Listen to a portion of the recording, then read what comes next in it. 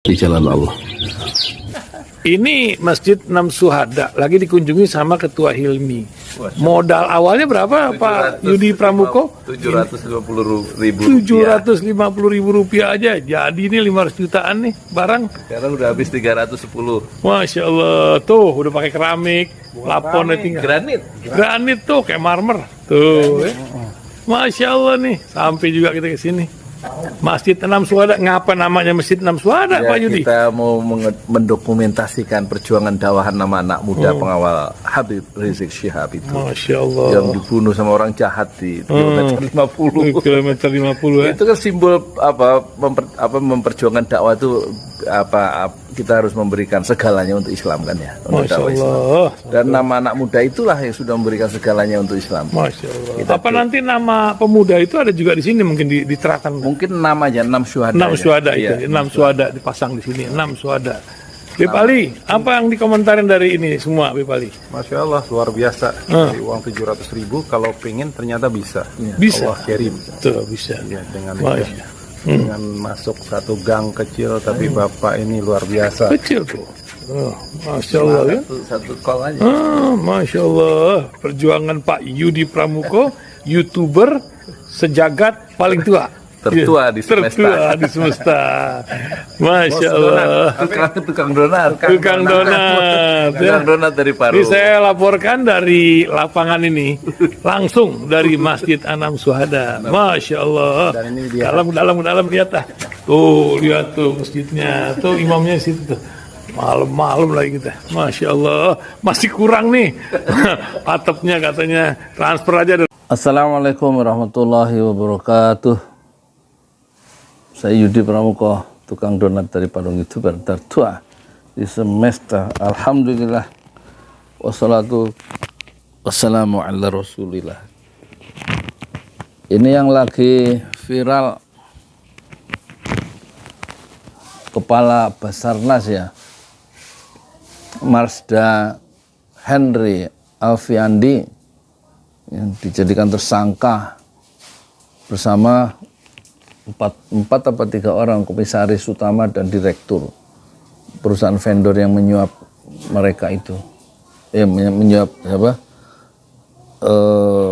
Henry itu HA melalui namanya ABC.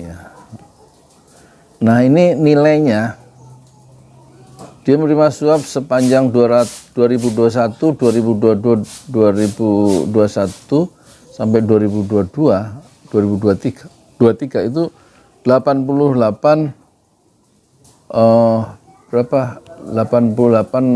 setengah ya, 88 miliar lebih ya. Sementara kita lihat Joni Plate selaku Menkominfo itu diduga korupsi merugikan keuangan negara sebanyak 8,032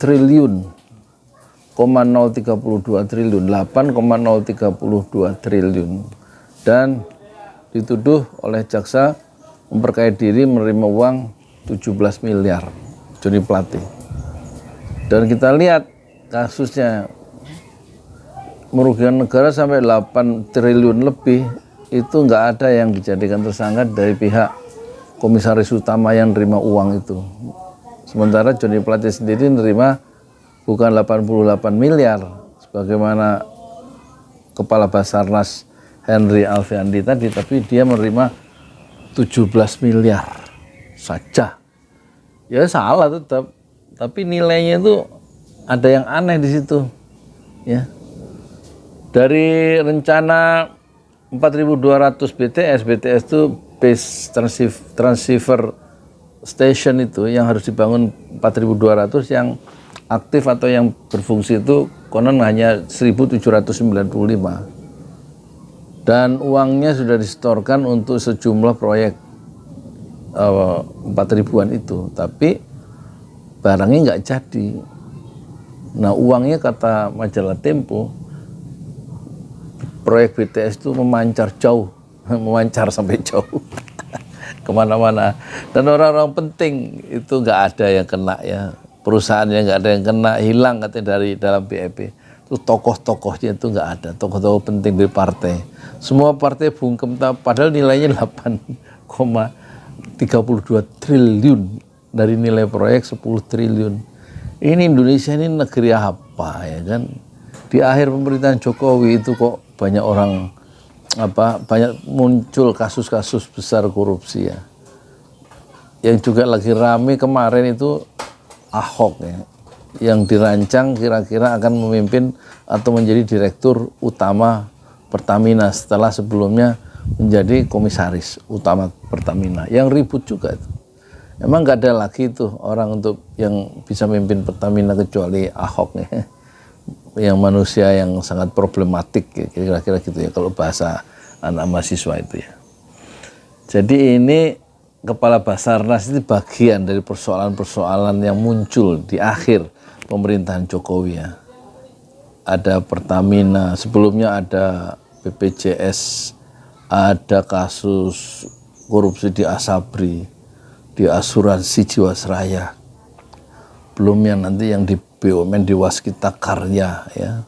Yang proyek fiktif jalan tol itu.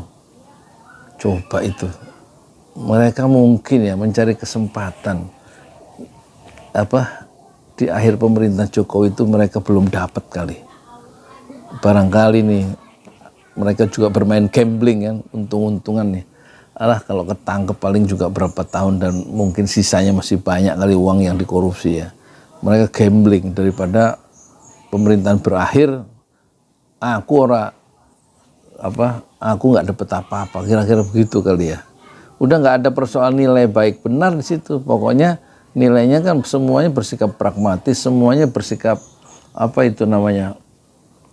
ya mumpung gitu ya. Sudah ada, nggak ada nilai-nilai kejujuran itu nggak ada, nilai kesederhanaan hidup, nilai keadilan, kebenaran itu nggak ada. Yang penting bagaimana berlomba-lomba hidup cukup ya, mewah, mempunyai jabatan kan gitu ya. Kapan lagi? Orang kiri kanan juga ngasih contoh seperti itu. Yang dasar itu sebenarnya bukan hanya Kepala Basarnas itu yang merugikan kepalanya itu nerima 88 sekian miliar ya. Joni Plate yang nilai proyek yang dia urus itu BTS BTS paket 1, 2, 3, 4, 5 itu nilainya 10 triliun.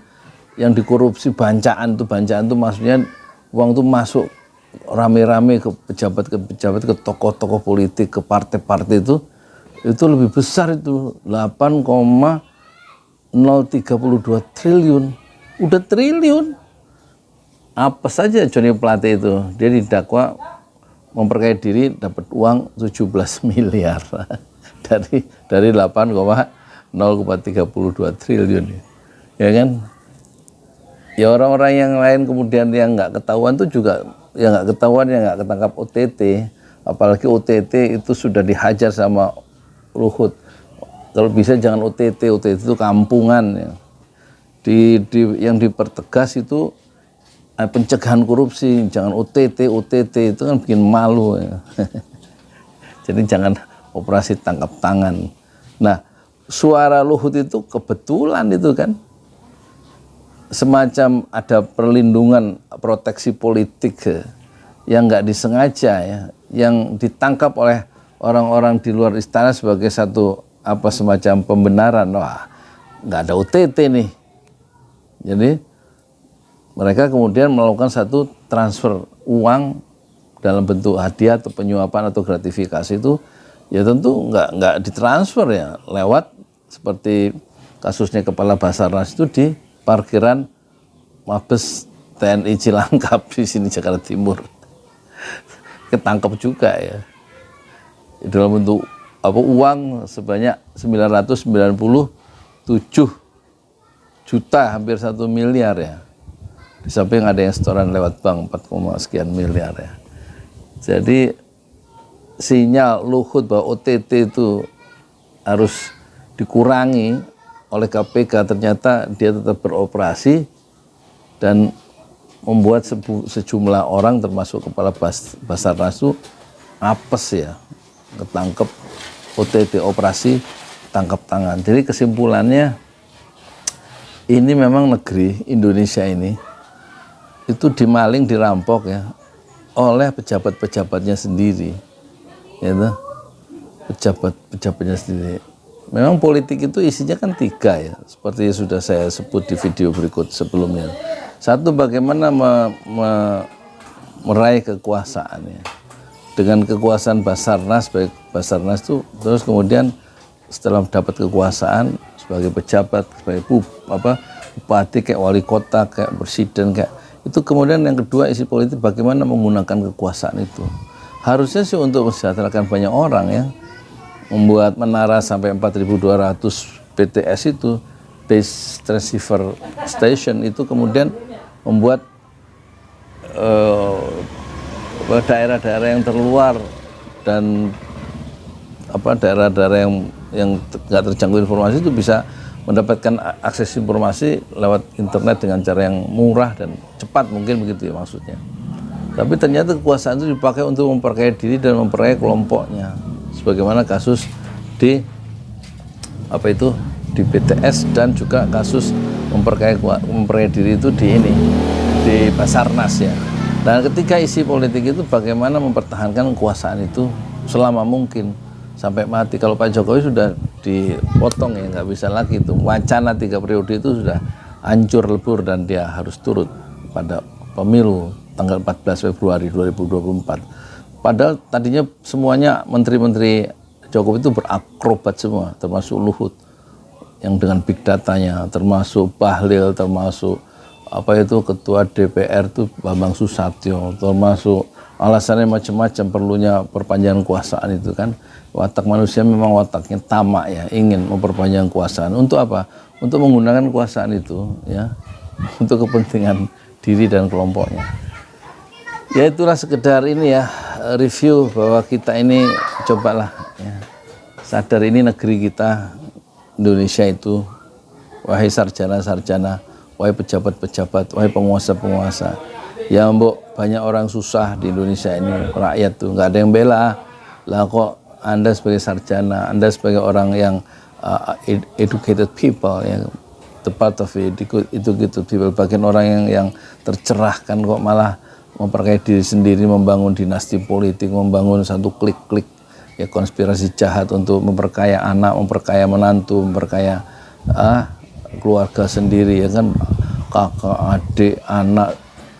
adik anak ipar semuanya jadi pejabat dinasti politik ya, yang di mana-mana itu ya, baik di Jakarta, Solo, Banten, Bogor, Bogor ya. Generasi ini keluarga Yasin 2 sudah masuk penjara ya, Rahmat Yasin dan Adi Yasin. Nanti satu lagi yang lagi ada di tempat saya ini kalendernya Eli Rahmat Yasin gitu, wah nggak tahu lah.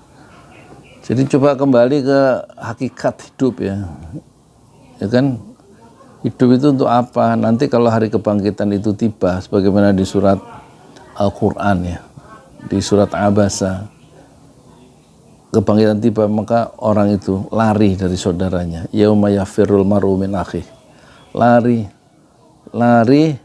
dari ibunya, dari kebangkitan nanti lari dari bapaknya sendiri. Suami lari dari istrinya, istri lari dari anaknya, karena semua punya kesibukan yang membahaya untuk dirinya sendiri, belum tentu mereka selamat dalam bahaya akhiratnya. Yauma yafirrul mar'u min akhihi wa ummihi wa abihi wa sahibatihi wa banihi wa likulli imri'in minhum yawma idzin sya'nu yughni.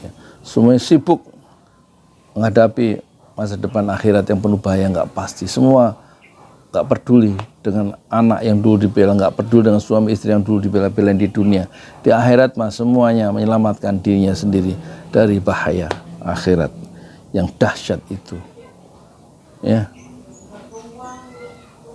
anak yang dibela itu orang tua lari dari anaknya, anak lari dari orang tua, dari bapak ibunya. Coba ada perspektif sedikit tentang akhirat, barangkali bisa menekan ya, sifat tamak dalam memburu dunia, memburu denting dolar. dan dinar untuk memperkaya diri sendiri dengan merugikan atau nyolong uang dari yang bukan haknya. Bahaya akhirat itu, atau kita datang ke akhirat sebagai fardan, seorang diri, dan mempertanggungjawabkan segala ucapan-ucapan, perbuatan, dan manuver-manuver politik kita di dunia yang merugikan orang lain atau yang menjadi amal soleh, mempertanggungjawabkannya seorang diri. Assalamualaikum warahmatullahi wabarakatuh.